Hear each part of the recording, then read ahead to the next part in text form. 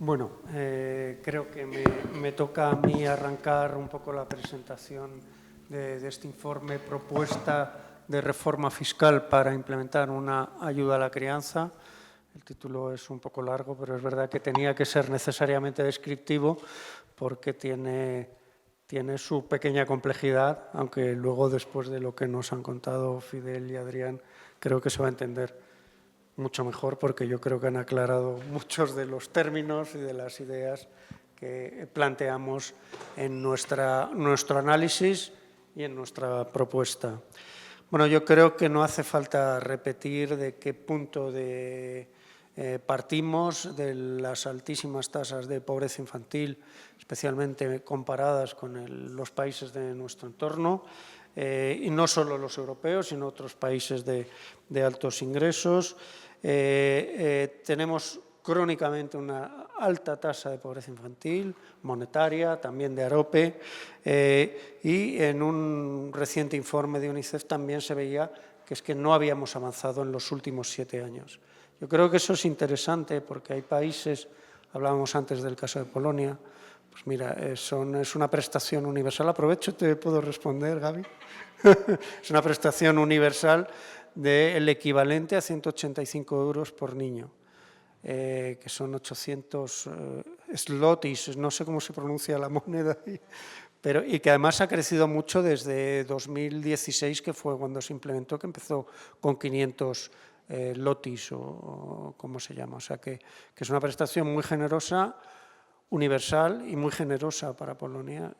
Estamos en esas situaciones y veíamos en ese informe de UNICEF que había países que habían avanzado mucho y alguno que había retrocedido, especialmente Reino Unido y Francia, ¿no? Países que normalmente se habían caracterizado por tener un sistema de protección social en general bastante potente. Bueno, 28,9 de pobreza monetaria, un 13,7% de pobreza severa, que además no ha descendido mucho, ha descendido algo, pero no ha descendido mucho, que sería un efecto previsible de lo que se ha hablado ahora después del CAPI, ¿no? Y de la prestación complementaria del ingreso mínimo vital, y luego un 12,3 de carencia severa, que ha subido 2 puntos, lo cual también pues tiene que hacer. Las explicaciones, pues bueno, a lo mejor nos la pueden dar mejor Fidel o Adrián, porque es verdad que es un poco contraintuitivo, ¿no? Que en un momento de bajo nivel de desempleo para ser España, pues haya crecido la pobreza infantil. A lo mejor tiene que ver también con la subida del umbral de pobreza, que ha sido muy potente, pero en todo caso eso significa que los niños y las niñas se están quedando atrás de las mejoras de rentas del conjunto de la población, del conjunto de la economía, y eso también nos debe preocupar, porque caen muy rápido cuando hay una crisis y se quedan atrás cuando hay mejoras económicas, y eso yo creo que también tiene que ver mucho con la propuesta que vamos a realizar. Bueno, lo que hemos hecho básicamente, y ya lo ha dicho Ricardo, es recuperar y revisar el ejercicio de 2021, con 3 novedades, digamos. Hay más, pero yo creo que estas son las fundamentales. Con nuevas políticas en marcha, quisimos repetir el ejercicio porque ya había datos sobre el ingreso mínimo vital, sobre el CAPI, incluso sobre esa ampliación de las deducciones fiscales reembolsables por maternidad que se ha producido recientemente. También queríamos plantear nuevos importes. Ahora hablamos en algunos de los escenarios de 1.440 euros, que en realidad es 120 por mes, para que no genere. Planteando también que habían cambiado los escenarios económicos en los últimos años, incluso desde 2021, especialmente a través pues, bueno, del incremento de la inflación y de la inflación en ámbitos que afectan muy especialmente a las familias con niños, como puede ser la alimentación, principalmente, pero también la energía y otros factores. Hay que repetir que, bueno, esto es un análisis sobre todo de coste e impacto, o sea, cuánto costaría la política, qué impacto tendría en la desigualdad, en la pobreza, y sobre todo, pues eso, en los ingresos, en la pobreza, pero también en la desigualdad. ¿Qué comparten los escenarios que va a presentar Débora? Bueno, uno es que utilizamos el impuesto sobre la renta, digamos, como herramienta de política social, básicamente, también se ha explicado antes, por lo tanto, tampoco voy a entrar mucho ahí.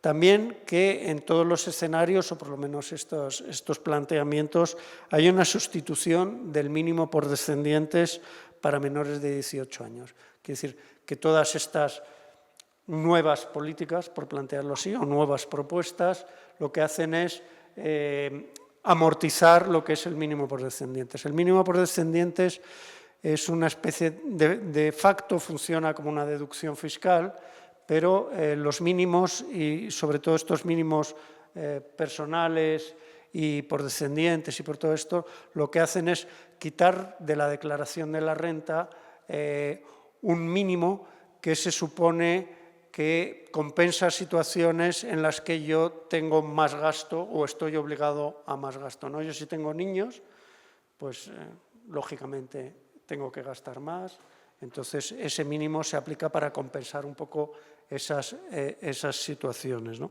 Pero eso tiene un coste de no ingreso, por decirlo de alguna manera, ¿no? No es algo que haya que pagar, pero es algo que Hacienda ingresa de menos.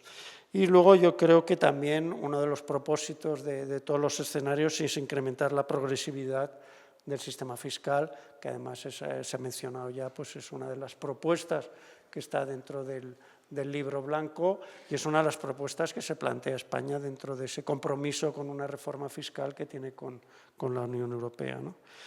También tienen otra cosa interesante y es que nos hemos preocupado, también en el primer ejercicio, pero en esto también, de que nadie pierda. O sea, en el peor de los casos, muchos de los hogares con niños, especialmente los de más renta, porque eso ha sido un poco la idea, algunos de los hogares con niños, pues se van a quedar en la misma situación. Pero en ninguno de los casos nadie pierde renta, ni pierde ayudas, ni pierde pues, lo que correspondería, en este caso, por ejemplo, al mínimo por descendientes, que es el que sobre todo afecta a rentas medias y altas, ¿no? Y luego yo creo que otro que quizás no está tan visible, pero es interesante, que es queremos incrementar las prestaciones, queremos que sean adecuadas y que no sean, como se ha mencionado antes, pues algo muy marginal dentro de un sistema de protección social de la infancia, ¿no? Queremos que crezcan en general, o sea, yo creo que eso es común a todos los escenarios. ¿Qué se pretende con estos escenarios? Se pretende apoyar la crianza, mejorar el acceso a las prestaciones y deducciones. Se ha hablado también de los altos niveles de non-take-up, de no acceso, digamos, a prestaciones. Es muy llamativo pues, el informe reciente de la AIREF sobre el ingreso mínimo vital y especialmente sobre el complemento de infancia, el que llamamos todos CAPI, pero bueno, a lo mejor alguien no está tan familiarizado. Y luego también normalizar el acceso a estas prestaciones, ¿no? Que no supongan un estigma añadido y una carga, sobre todo yo creo que una carga burocrática más añadida a las familias con pocos ingresos. Los pobres tienen enormes cargas burocráticas y yo creo que con eso las personas que viven en la pobreza, yo creo que es una reflexión que también hay que hacer. Quizás son muchas de las personas más vigiladas desde el punto de vista de lo que ingresan, de lo que no ingresan, cuando quizá la vigilancia debería estar en otro lado, ¿no? Pero también quizá para ir acabando, hacer también un pequeño discurso un poco más de lo que pretendemos, ¿no? Las prestaciones económicas son un pilar sobre el que se articulan las políticas sociales y de apoyo a la familia y lucha contra las pobrezas en prácticamente, con alguna excepción, como se ha visto, en todos los países de nuestro entorno, ¿no? Y yo creo que ahí tenemos un déficit muy, muy claro. Y sobre todo en los países que han apostado por la universalidad de esas políticas. La idea de UNICEF, pero yo creo que compartimos todos los que estamos aquí, es que la combinación ideal sea de políticas universales que apoyen la crianza, que prevengan la pobreza, no solo que actúen cuando la pobreza ya está en marcha, complementadas con políticas más focalizadas para situaciones de pobreza o de privación material que pueden ser más concretas de determinados sectores o determinados tipos de familias. Sabemos que no invertir en la infancia es caro, que además es injusto desde el punto de vista generacional, y yo quiero añadir también que es insostenible, ¿no? Quiere decir que al final una infancia que ha crecido en gran medida en la pobreza, sabemos que tiene un coste económico, bueno, eso lo estimó el alto comisionado en su momento, y creo que el impacto es muy potente. Corrígeme, al ver si eran 63.000 millones, ¿no?, aproximadamente de coste anual de las personas que habían nacido en la pobreza, y creo que es eso, pero es que además se plantea en un escenario, y aquí me salgo un poco del guión demográfico, en el que la sostenibilidad de otros sistemas de protección social que son muy importantes en España, como las mismas pensiones, o como hemos hablado antes también de las prestaciones, pues pueden estar cuestionados por esa situación en que los niños y niñas que han nacido en la pobreza, que van a tener, y eso hay estadísticamente, peores empleos, peores situaciones, que van a consumir probablemente también más recursos sociales, pues en un escenario en lo que las siguientes generaciones van a ser más pequeñas, cuestiona un poco también el sistema de la sostenibilidad, no solo del sistema de protección social de la infancia, sino de los sistemas de protección en general. Y una última reflexión, parece que nos quedamos solos en Europa, ¿no? Yo creo que lo anterior, nos quedamos solos en cuanto a la eficacia. Italia, que era otro de los países del sur de Europa que no se caracterizaba por la generosidad de sus prestaciones, pues bueno, ha implementado una prestación universal progresiva, tengo que analizarlo más, pero que en promedio también tiene unos 175 euros por niño mensual.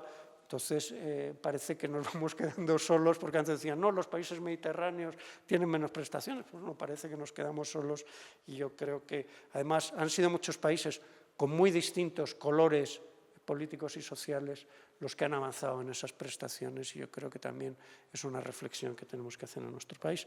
Pero, aparte de esas reflexiones generales, vamos a los escenarios, que es la idea principal de esta presentación, y bueno, pues está en tu mano, Débora. Bueno, pues muchas gracias. Me voy a levantar porque no veo. Y os voy a pedir perdón por mi voz, que está terrible hoy. Lo que hicimos para diseñar esta propuesta es diseñar 4 escenarios y ver qué efecto tendría en la pobreza, sobre todo en la pobreza, pensado en la pobreza general, en la desigualdad, es decir, en el índice de Gini, y en las familias monomarentales y en las familias numerosas. Es decir, es ver, si, según el escenario que implementamos, ver qué efectos tendría sobre la pobreza. Aquí. Entonces, el primer escenario sería un escenario de deducción reembolsable fija. ¿En qué consiste? En una deducción reembolsable universal y fija de 1.440 euros por hijo o hija carga o menor de 18 años.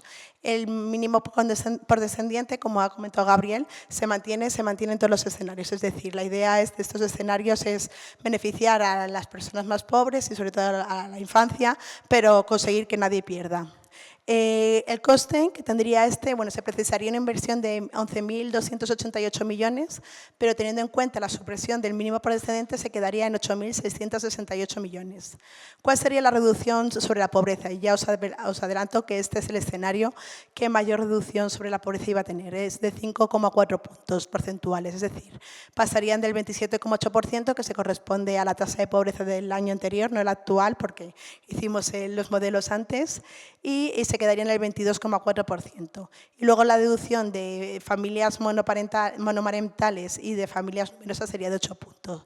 Y finalmente el índice de Gini pasaría de 0,335 a 0,315.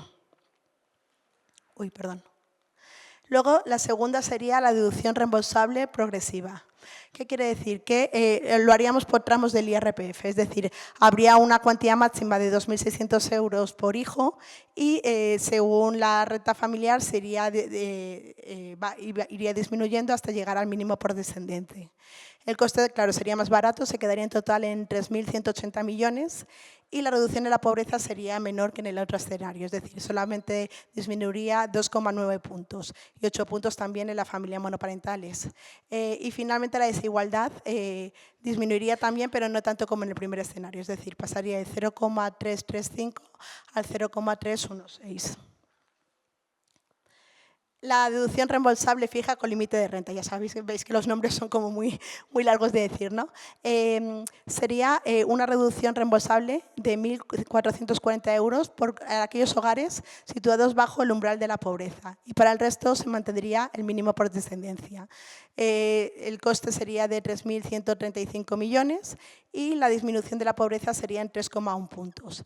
Y la disminución de la desigualdad también sería un poquito menor, sería de 0,335 a 0,318. Y finalmente, la deducción reembolsable modulable, es decir, sería una reducción reembolsable que se procedería para las familias que están debajo del umbral de la pobreza, de tal manera que el dinero que se les daría se calcularía con la diferencia entre su renta y el umbral de la pobreza. ¿Qué pasa con esto? Bueno, el coste es de 5,227 millones y erradicaría teóricamente la pobreza. Es decir, no la erradicaría de manera real, es decir, la pobreza seguiría igual, pero al conseguir que las personas menores de 18 años superen este umbral, no estarían en situación de pobreza. Lo que pasa es que seguramente en otros años, cuando el umbral suba y se vuelva a calcular la pobreza, seguiría habiendo personas por debajo del umbral de la pobreza. Y el índice Gini llegaría al 0,2288. Es decir, cuanto más bajo es el índice Gini, más igualdad pertenece. Para que se vea, como es como muy hablado, aquí tenemos como el cómo quedaría. Como podemos ver, el primer gráfico es el gráfico más oscuro es el escenario actual, en el que vemos que realmente la inversión es bastante más baja y las siguientes son cada uno de los escenarios. Como podemos ver, el primero necesitaría como una mayor inversión, pero a la vez produciría un descenso mayor de la pobreza. Y menos escenario 4, que lo ponemos a 0,0 porque hemos dicho que produciría una disminución teórica de la pobreza.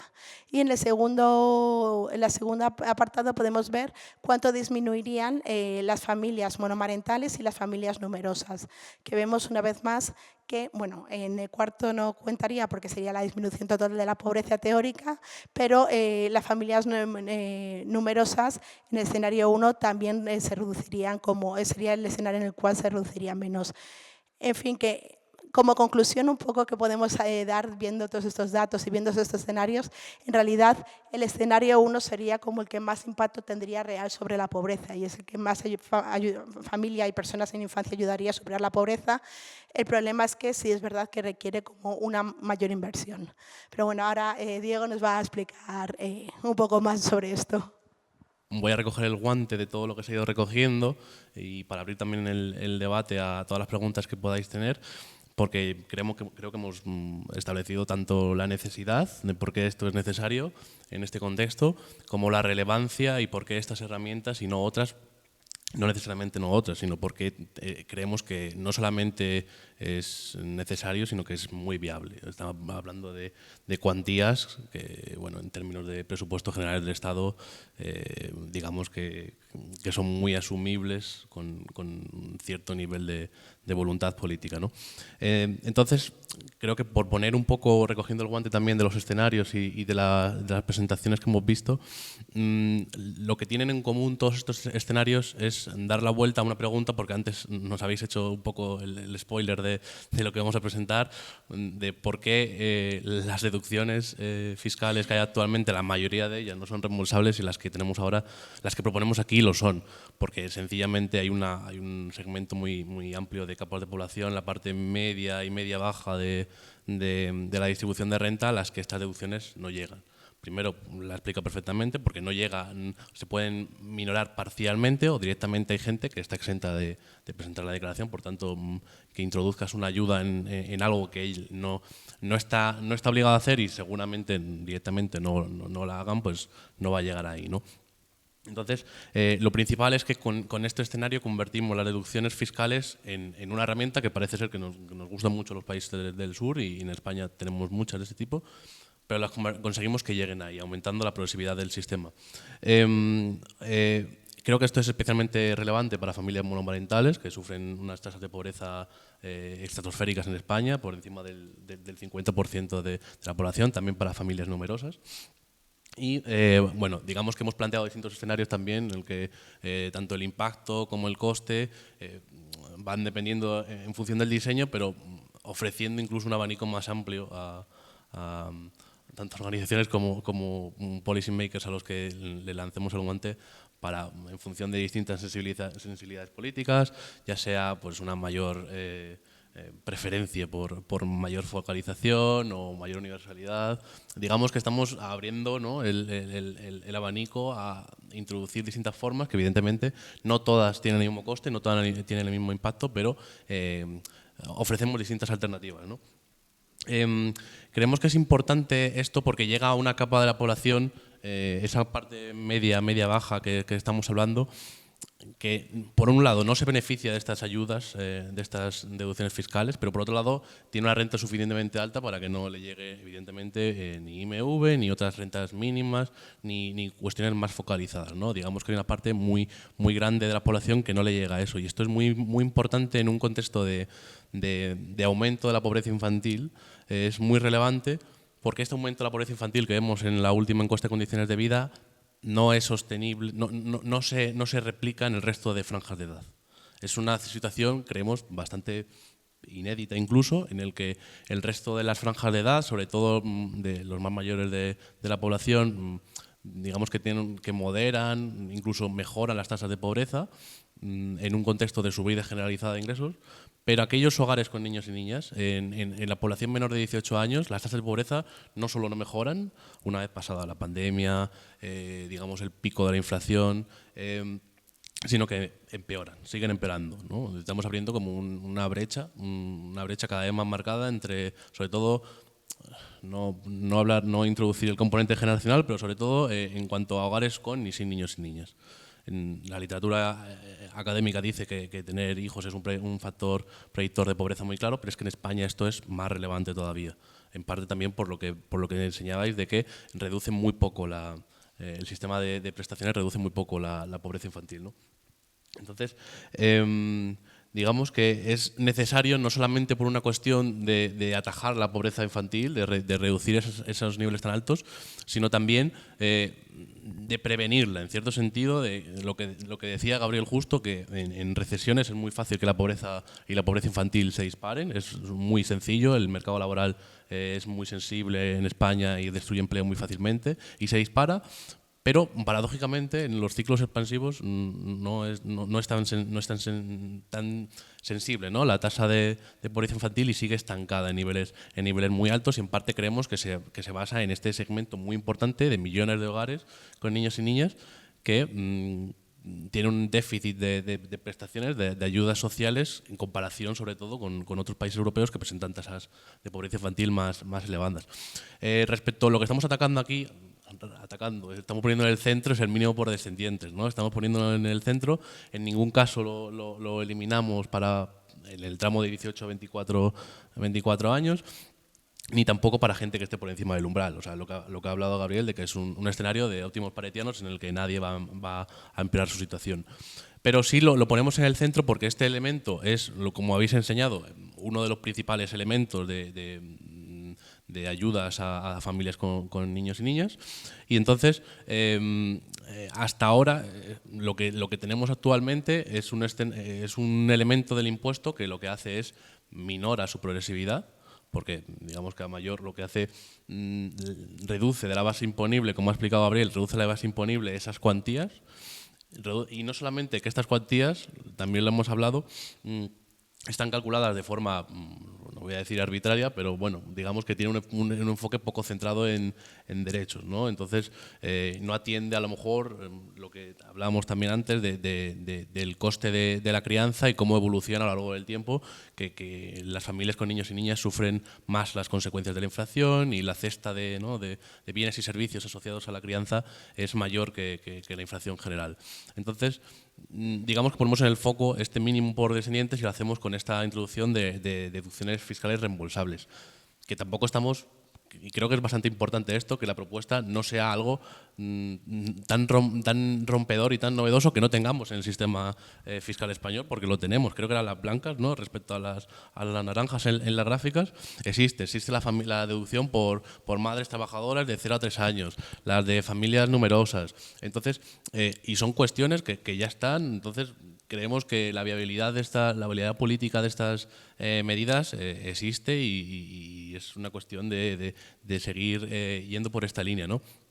Pero es importante porque hacen llegar esta deducción a las familias que en otro escenario no lo consiguen hacer. Lo que estamos haciendo al final es una integración fiscal de prestaciones sociales, ¿no? Estamos utilizando el IRPF en cierto sentido vinculado a una idea de fondo de impuesto negativo sobre la renta, porque lo que estamos haciendo es poder convertir en negativa la deuda tributaria de las familias, y eso tiene una serie de consecuencias positivas muchas y controvertidas otras también, que creemos que es importante traer aquí. Para empezar, digamos que es más fácil, ¿no? el utilizar el IRPF ya es más fácil en el sentido de que no necesitas construir un sistema nuevo, paralelo, de prestaciones, con todos los costes indirectos que ello conlleva. Reduces mucho, simplificas mucho los trámites. Creemos que, a pesar de que habría que abordarse todo lo que supone de brecha digital para la declaración de la renta, es más fácil pedir cita previa para hacer la declaración de la renta que para iniciar el trámite del IMV, que digamos que es un poco una gincana, y esto sería simplemente un trámite, ¿no? de pedir la cita previa. Y sobre todo aumenta la normalización, reduce la estigmatización del hecho de pedir ayudas, porque va integrada ya en algo que hace todo el mundo, o que debería hacer todo el mundo, que esta es la otra parte de la propuesta que venimos en el informe, que es la renta. La declaración de la renta es una medida que hace todo el mundo. Entonces, deja de señalar, ¿no? a las familias como potenciales benefactoras, reduce ese estigma, y puede ser una forma también de reducir el non-take-up que tienen otras prestaciones. Es verdad que existe un cierto controversia utilizar un impuesto que está recaudando para a la vez gastar, porque puede distorsionar un poco el impuesto, la finalidad del impuesto, y siempre hemos oído, ¿no? que hay cierto consenso que se redistribuye por la vía del gasto y no por la vía del ingreso, pero creemos que estas medidas son las que más consenso político aunan a la vez que técnicos, ¿no? Y hemos también en todo el informe más desarrollado hacemos una cosa parecida a la que hacéis en cuanto a ubicar un poco, ver en perspectiva dónde estamos y qué modelos funcionan mejor para reducir la pobreza infantil, ¿no? Y vemos que aquellos países que descansan su sistema de protección a la infancia descansa sobre prestaciones universales, consiguen, por lo general, consiguen una mayor reducción de la pobreza. Combinado, como decía Gabriel, que es al final el enfoque que estamos trayendo de forma conjunta, combinado con prestaciones focalizadas, ¿no? Combinando estas prestaciones focalizadas a los niños y niñas de hogares con rentas más bajas a este sistema de transferencias generosas y universales, creemos que es, porque la literatura así lo dice, las más eficientes en términos de reducción de la pobreza infantil, ¿no? Y para terminar, una de las cosas que yo creo que proponemos en el informe también como novedad y como cierto punto de controversia política es la obligatoriedad o la universalización de la declaración del IRPF. Es una cuestión también de simplemente lo que habéis comentado antes, de si introducimos esta prestación mediante la deducción reembolsable y hay partes, sobre todo en los 2 deciles más bajos de renta, que no hacen la declaración, estamos ofreciendo algo a alguien que no lo va a recibir. Por tanto, para empezar, es una cuestión de lógica, ¿no? De lógica de respecto a la propuesta que estamos trayendo aquí, pero también en cuanto a mejorar la información fiscal y los datos disponibles de los deciles más bajos de renta, creemos que es bastante importante. Es verdad que existe, pues lo que decíamos, una necesidad de abordar cómo se implementaría esto, que tiene su brecha digital y personas en estrés económico que puedan tener más dificultades a la hora de hacer trámites, pero creemos que puede ser el trámite más sencillo que ofrece la Administración, que es hacer la declaración de la renta, comparado con todo el vía crucis que tienes que hacer para demostrar tus ingresos para una prestación, ¿no? Entonces, digamos que es una medida que aumenta la eficiencia del sistema de protección social, que mejora la situación de millones de hogares con niños y niñas, sin perjudicar a nadie. Creo que es importante también, de cara a la viabilidad política de la propuesta, este carácter de óptimo paretiano que traemos aquí, y que sobre todo pues llamamos tanto a organizaciones de infancia y de familias como a todos los partidos políticos a que recojan, que hagan suyas estas propuestas, que de cara a este año no tenemos presupuestos, pero de cara a los presupuestos que se van a negociar, pues sería más que positivo y más que urgente y necesario esto, pero también de cara a la ley de familias, que está en un limbo parlamentario del que no parece terminar nunca, pues incluirlo y reflejarlo como un nuevo derecho que tengan las familias, ¿no? Entonces lo dejamos aquí por ahora, ¿no? Si te parece, y abrimos el turno de preguntas.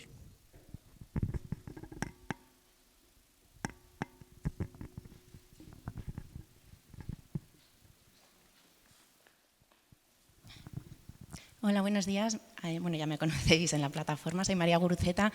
Soy la responsable de incidencia política de la Asociación de Madres Solteras por Elección, que a su vez ostenta la vicepresidencia de la Federación de Asociaciones de Madres Solteras de Familias Monoparentales en España. Entonces, todas nuestras propuestas están acordadas y son comunes. Lo primero, quiero agradecer infinito que se haya incluido este indicador de cómo, bueno, este dato de cómo afectaría esta propuesta diferenciando familias monoparentales y familias numerosas. Llevamos muchos años explicando que es necesario que se entienda, o sea, que se entienda el porqué y que se desarrollen medidas específicas e indicadores específicos. Entonces, bueno, pues agradecemos infinito que se haya incluido esta distinción y que sin duda haremos nuestra en nuestra actividad de incidencia política. Y bueno, simplemente eso, quería agradecer que se hubiese diferenciado, porque los índices de pobreza de las familias monoparentales son,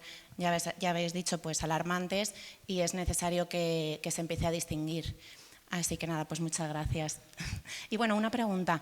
En esta propuesta, a la hora de calcular cómo afectaría esta medida a las familias monoparentales en distintos escenarios, ¿se ha valorado también la inclusión de un complemento para estas familias y para las familias numerosas? En este informe no está calculado, no tenemos cálculo más que de esto. O sea, vemos está segregado el impacto en familias numerosas, monomarentales y en general familias con niños y niñas, pero no tenemos, o sea, no está en este informe incluido. Es una de las propuestas que yo creo que también va a acabar poniéndose sobre la mesa, pues porque la propia situación de familias monoparentales, de las cuales el 85% son monomarentales, va a acabar haciéndolo más que necesario. No sé si incluso se articulará vía IMV. Todo el tema de la deducción por madres trabajadoras va un poco en madres ocupadas, porque no tienen que estar en situación activa justo, pero va un poco en esa línea, ¿no? Entonces, digamos que no sé si por vía IRPF, vía IMV, pero yo creo que es una cosa que va a salir de forma inminente en el debate político y público. completar, quiere decir, aquí solo compensamos, digamos, en los escenarios el coste con el mínimo por descendientes. No sé si a Hacienda le gustará mucho, pero es verdad que también tiene su sentido el mínimo por descendientes, pero es una manera de reducir los costes de la política sin que nadie pierda. Pero es verdad que hay otras deducciones fiscales.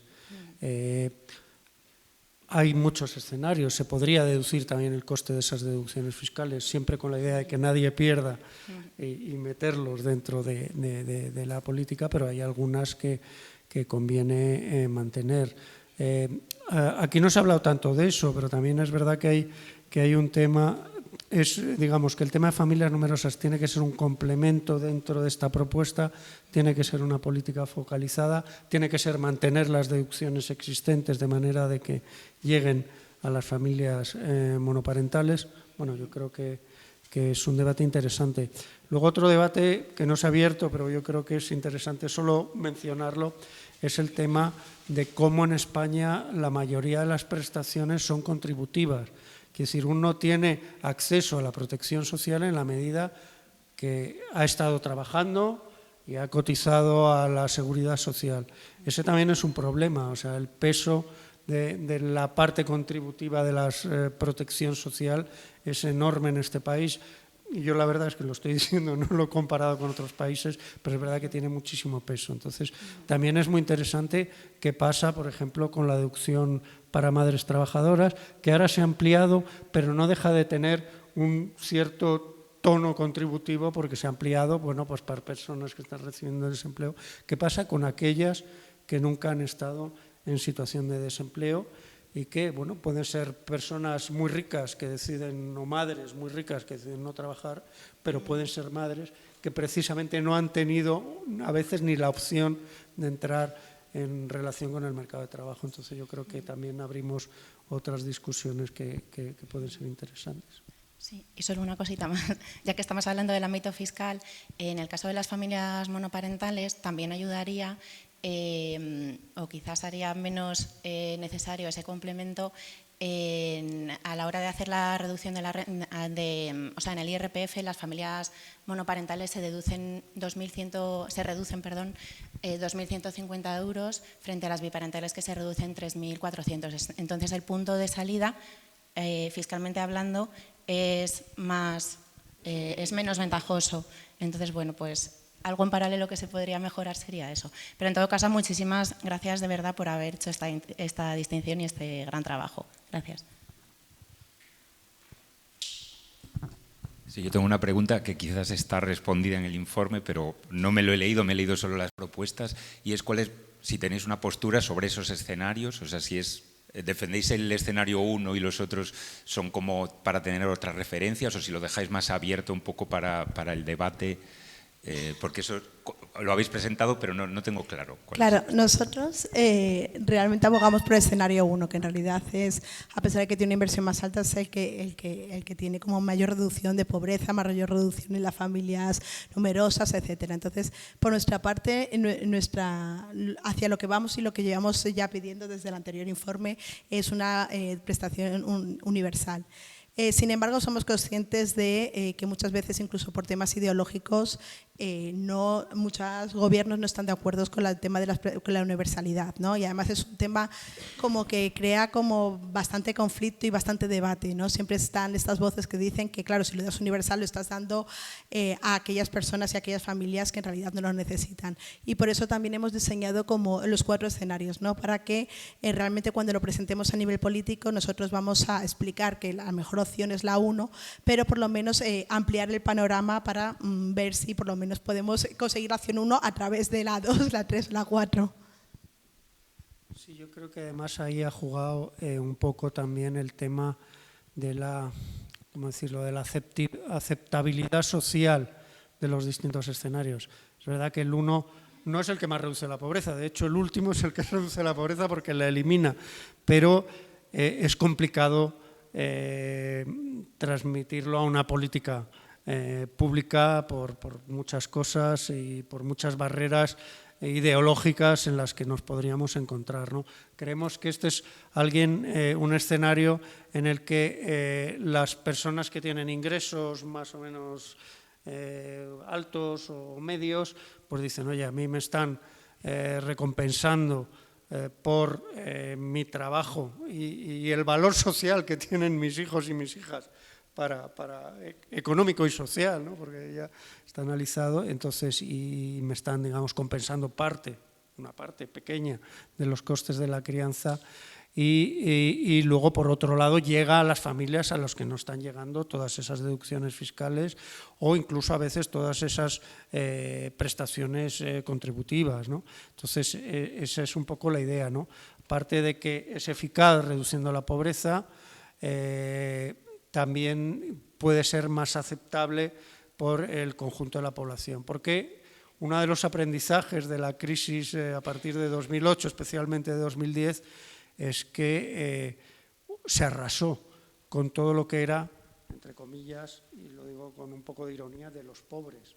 O sea, quiero decir, en el COFOG, por ejemplo, analizando el gasto de las administraciones públicas, la contabilidad nacional, se redujo en 1/3 todo lo que tenía que ver con prestaciones de familia e infancia, en 1/3, en lo peor de la crisis. Entonces, yo creo que este tipo de políticas universales se resisten más a ser porque benefician a toda la población, en este caso a todas las familias con niños, pero digamos que hay menos resistencia a que sean eliminadas, a que sean tal. Yo tengo una anécdota más curiosa de un análisis de UNICEF en Mongolia. Puede parecer muy exótico, pero en Mongolia hay una prestación universal, ahora es casi universal, muy generosa, sobre todo para los estándares y los niveles de ingresos de Mongolia.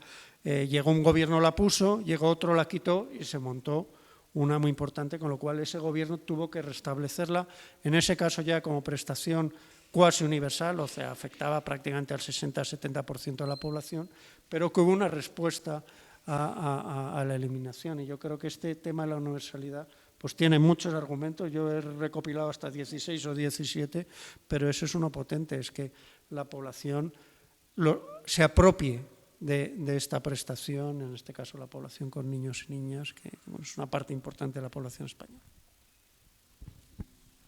Una cosita solo al respecto de esto, que yo creo que más allá de preferencias entre escenarios, lo que proponemos aquí no es la prestación universal. Estos son deducciones no reembolsables que en el gráfico, de hecho, lo exponíais bien en distintas categorías, ¿no? Digamos que esto, dado que la prestación universal a la crianza sigue levantando, aunque sigue siendo nuestra bandera común, sigue levantando más reticencias políticas, pues digamos que es un poco en el ínterin, ¿no? Proponer cosas que hay ya deducciones, la ampliación de la deducción por maternidad de madres de niños de 0 a 3 años, por poner algo más viable políticamente, más posibilista, más que percibimos que la recepción de estas propuestas es más alta, pero no es una prestación universal en el sentido de que esto no deja de ser, tienes que tener ingresos de algún tipo, salariales o de algún tipo, para hacer la renta. Entonces no deja de ser esto, que es muy útil, yo creo, en un contexto de institucionalización del trabajador pobre, de salarios muy bajos. Es útil en cuanto a que pueda atajar también este fenómeno y ayudar, ¿no?, a millones de familias con niños y niñas, pero digamos que es un poco escenarios complementarios entre sí y con propuestas que vayan más allá.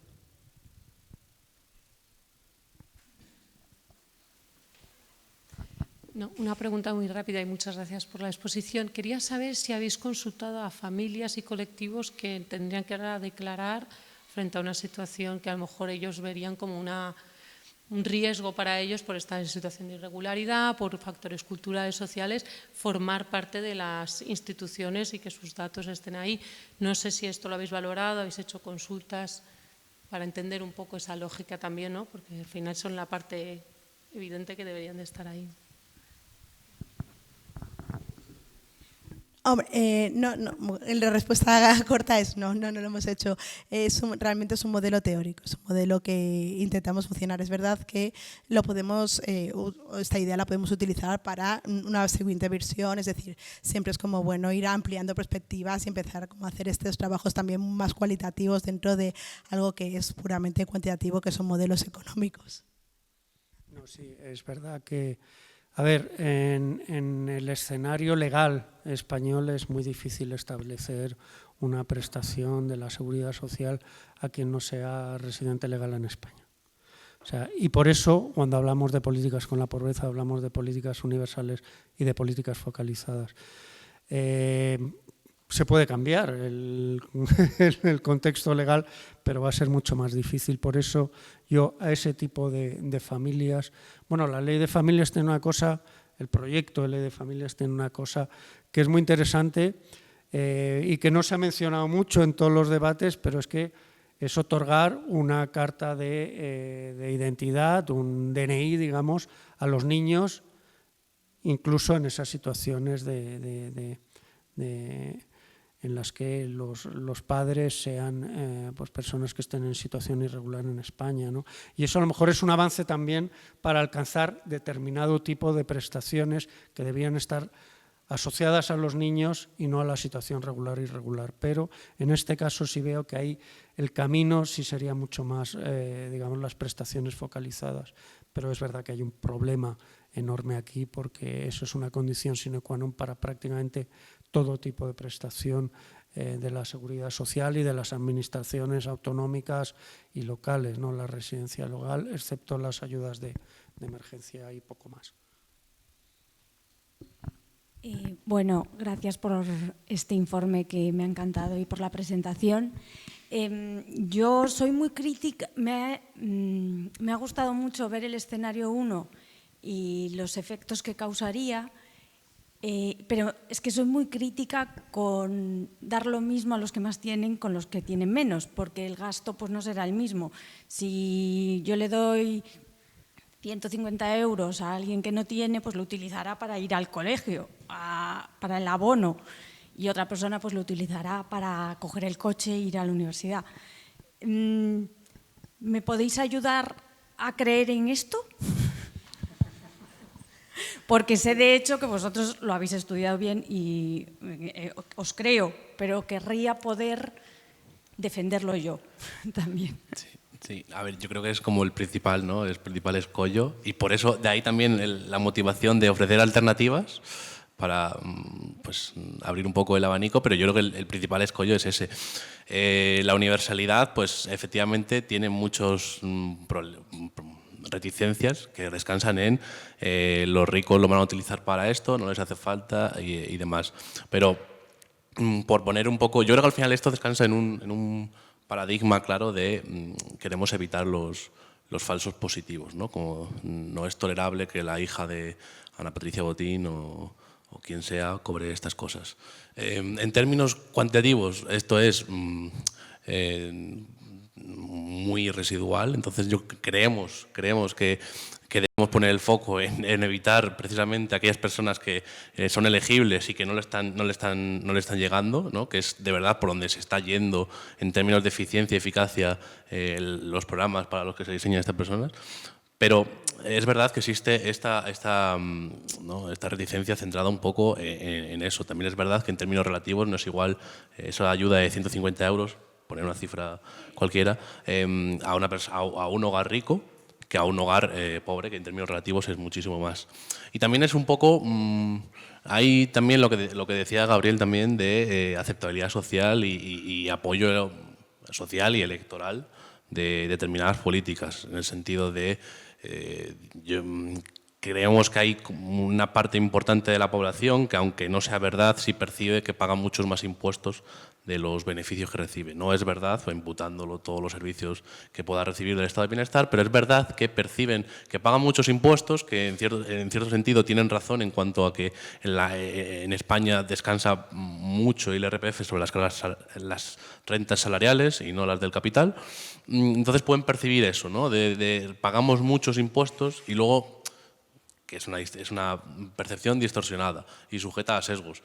Pero creemos que una de las ventajas que pueda tener estas medidas más universales es el de convencer y el que no haga falta enfrentar al vecino al penúltimo con el último, ni tampoco al que está en la mitad, ¿no?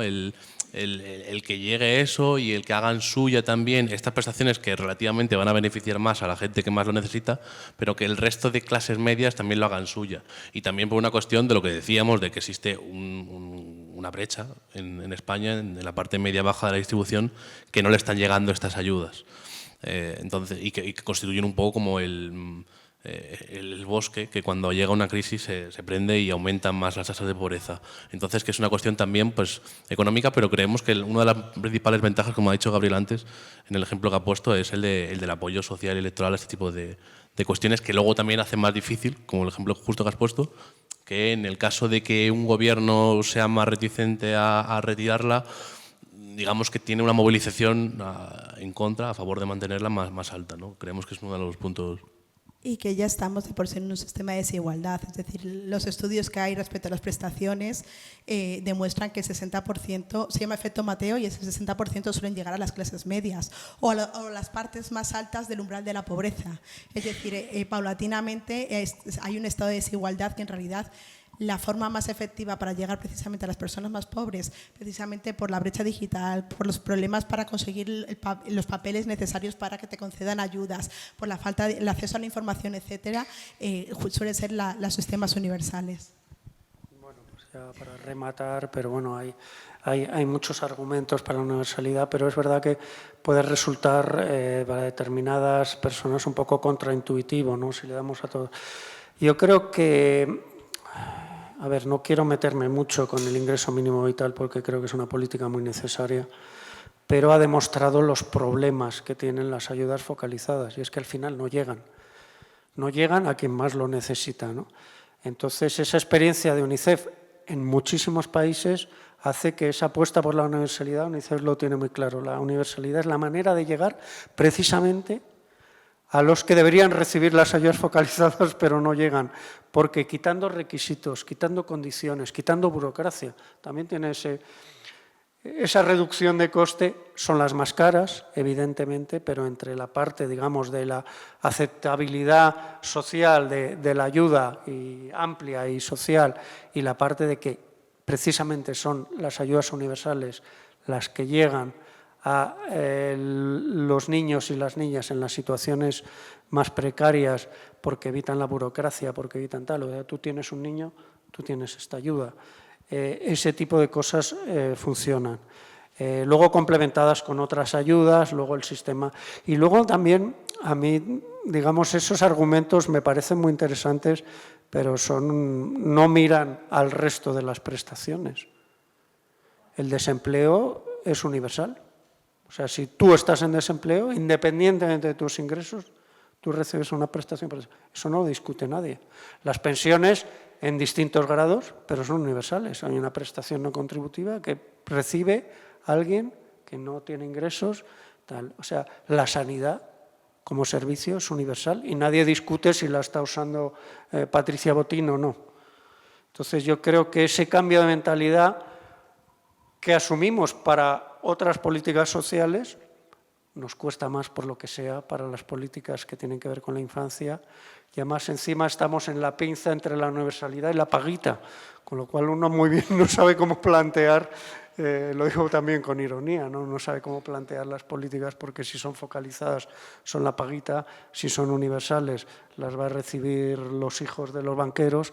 Entonces uno no sabe muy bien a qué quedarse, pero yo creo que hay argumentos potentes, aunque pueda parecer injusto. Y lo que además era injusto, a lo mejor, y eso ha salido muy bien en la presentación anterior, lo que era injusto es que ha habido un momento en el que estaba recibiendo más prestaciones los deciles, la gente que más dinero ganaba, que los que menos dinero ganaba. Y eso es enormemente injusto. Entonces la universalidad, digamos, que modera ese tipo de y luego, como se ha dicho también, pues oye, no es lo mismo 120 euros mensuales para una familia de muy bajos ingresos que para otra. Vemos que hay un efecto, digamos, redistributivo indirecto cuando tienes pocos ingresos porque es una parte muy importante de tu renta disponible cuando tienes menos ingresos.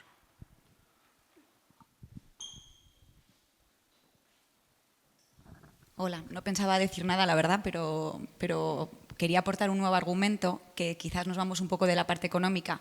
Soy Laura de Aldeas Infantiles, hablo más desde un punto de vista menos economicista, pero quizás como argumento también, yo creo que es importante empezar a poner el valor al papel de la crianza.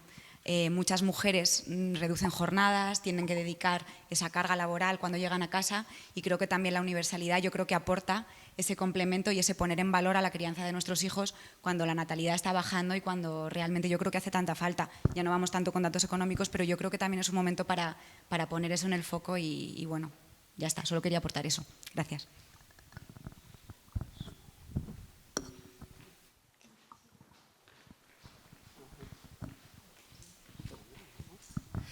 Sí, aportar un argumento más también. Ahora que estamos retomando tantas cosas de antes de la crisis de 2008, una probabilidad es que recuperemos el alto dinamismo en la pobreza que teníamos hasta antes de la crisis de 2008, es decir, una parte importante de la familia entraba en el ciclo de vida, entraba y salía muchas veces de la pobreza. Las prestaciones focalizadas responden mal a los cambios muy rápidos de entradas y salidas de la pobreza. Esos sistemas responden mal. Las prestaciones universales no, porque en el fondo cubren independiente, o sea, rescatan, siguen protegiendo aun cuando te muevas un poquito más arriba, un poquito más abajo de los umbrales de renta. Yo creo que esto es uno de los grandes beneficios de las prestaciones universales. Eso podemos encontrar como algo parecido es lo que pasa con las pensiones y el nivel de pobreza. Generalmente las personas de más de 65 años, la tasa de pobreza es bastante estable. ¿Por qué? Porque tienen unos ingresos fijos que les impide, aunque se mueva el umbral, caer o no caer en la pobreza. Pues esto pasaría también con las prestaciones universales, que al final es algo fijo que las familias pueden tener. Porque si suben, si bajan o si suben, pues más o menos pueden siempre tener como este umbral fijo.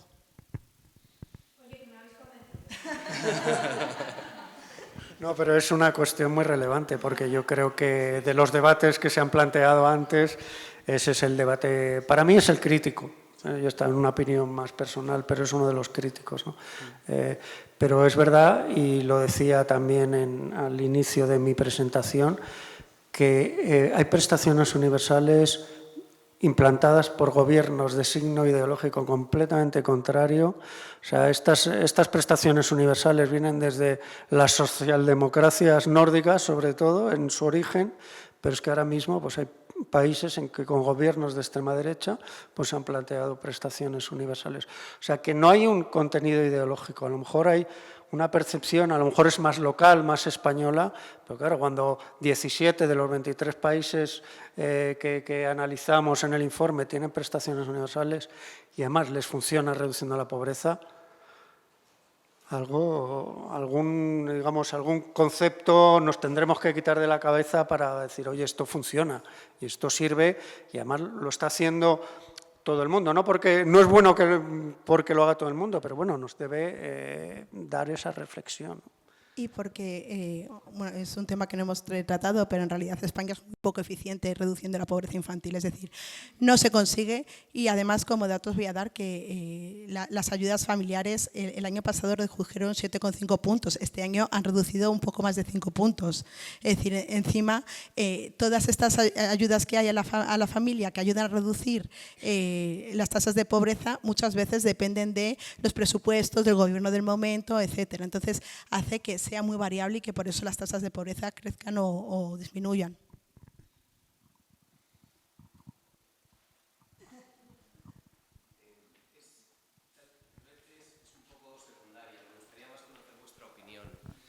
Se ha señalado entre las dos intervenciones que España tiene un limitado esfuerzo presupuestario en infancia, una mala eficacia a la hora de reducir la pobreza, y no sé si sabéis o tenéis alguna opinión respecto de una posible hiperfragmentación en el sistema de transferencia de rentas a la infancia.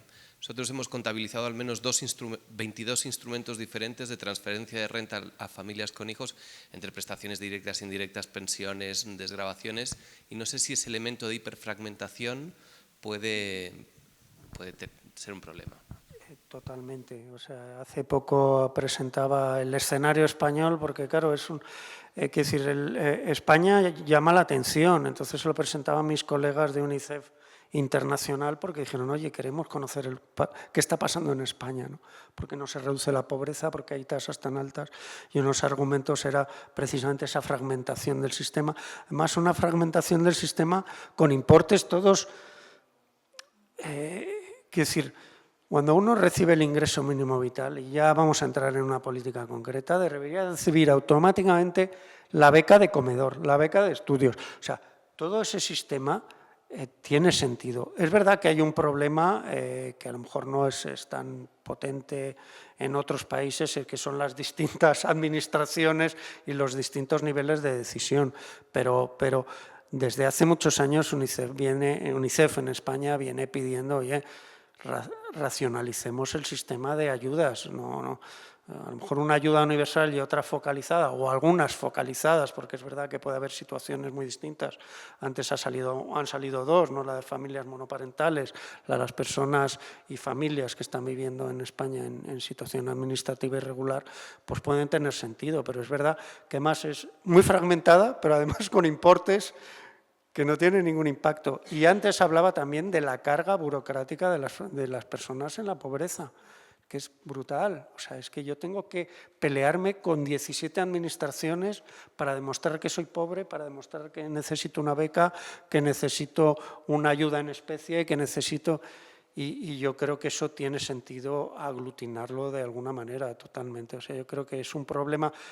Creo que parte del non-take-up, eso es una opinión mía, puede venir de esa fragmentación tan brutal que hay de las ayudas en general, no solo las de familia, pero bueno, las de familia en particular, y el dato que has dado me parece muy, muy potente. También por temas de dignidad.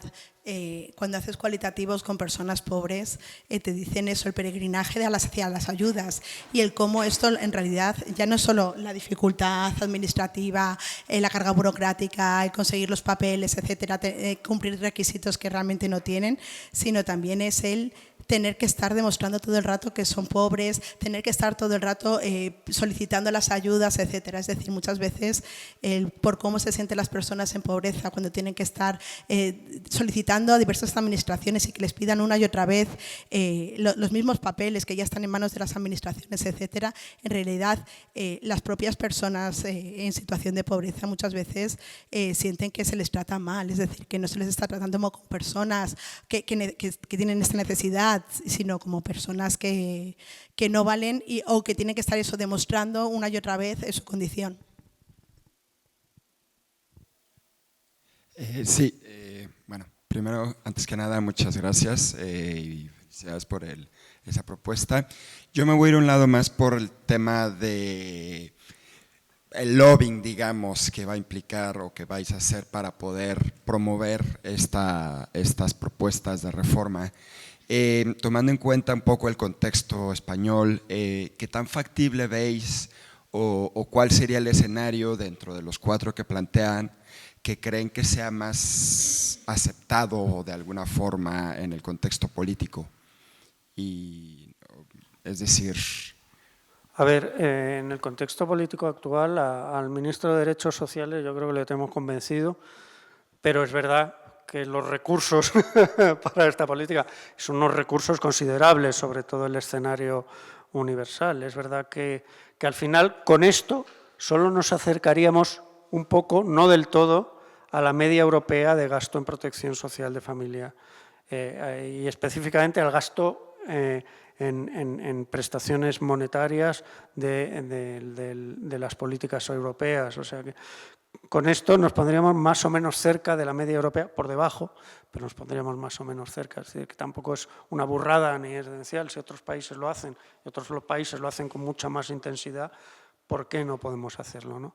Pero es verdad que aquí, digamos, son los ministerios y las estas económicos en los que vamos a plantearnos con un escenario que no es el mejor, porque ahora vuelven, digamos, los controles europeos sobre los presupuestos, sobre el déficit público, y ahí podemos tener alguna objeción. Mi opinión, no sé si lo vamos a conseguir de golpe, pero tenemos que establecer el camino para que, como propuestas que ha habido en el pasado, además públicas, de año a año se vaya aumentando la universalidad primero hasta los 6 años, luego hasta los 12, luego hasta los 18, que es la propuesta, siempre C menores de 18 supone una opción, digamos una implementación progresiva, se puede hacer una implementación progresiva a través de los importes, se puede hacer otro tipo de implementación. Yo creo que si la ley de familias no da un paso serio en este camino a la universalidad, no sé si va a establecer la universalidad, pero un paso serio va a ser un fracaso, aunque la ley contiene luego otras cosas muy importantes, ¿no? pero va a ser un fracaso. Entonces, y nos toca a nosotros hacer el lobby, que es quizá el más complicado. Uno es el de la universalidad, con determinados partidos que tienen más resistencia a esto, y otro es con el ministerio más difícil, que es el de Hacienda. Es decir, Hacienda por dos cosas. Una por el importe en los presupuestos y otra porque se trataría de asumir la gestión a través de la agencia tributaria de este tipo de ayudas. Entonces, bueno, ahí hay un desafío potente, pero yo creo que un avance sería decir, oye, vamos a establecer cuál es el camino hacia esa universalidad, porque, como decía antes, nos estamos quedando solos en el entorno europeo, pero también en el entorno de los países más, no sé si más desarrollados, de más alto ingreso. O sea, estoy de acuerdo con lo que ha dicho Gabriel, ¿no? Entonces, simplemente, además, enlazándolo otra vez con los problemas de universalidad, en realidad las ayudas de 0 a 3 ya están como socialmente muy aceptadas y resultan como muy interesantes. En realidad, en estudios que tenemos nosotros, realmente los niños más pequeños de 0 a 3 no son los que más sufren de pobreza, son los adolescentes. Sin embargo, también es una información que tampoco se conoce. Entonces, nos parece bien que son de 0 a 3 porque son bebés, porque fomentan la natalidad, etcétera, pero bueno, creo que también hay como que dar a conocer como toda esta realidad de la pobreza infantil, en la cual siempre hay grados y es eso, los adolescentes suelen estar como mucho más afectados por la pobreza. Entonces, también creo que puede ser como ir sensibilizando de manera progresiva para ir aumentando las edades. Gracias. Pues nada, muchísimas gracias a todos y muchas gracias por acudir.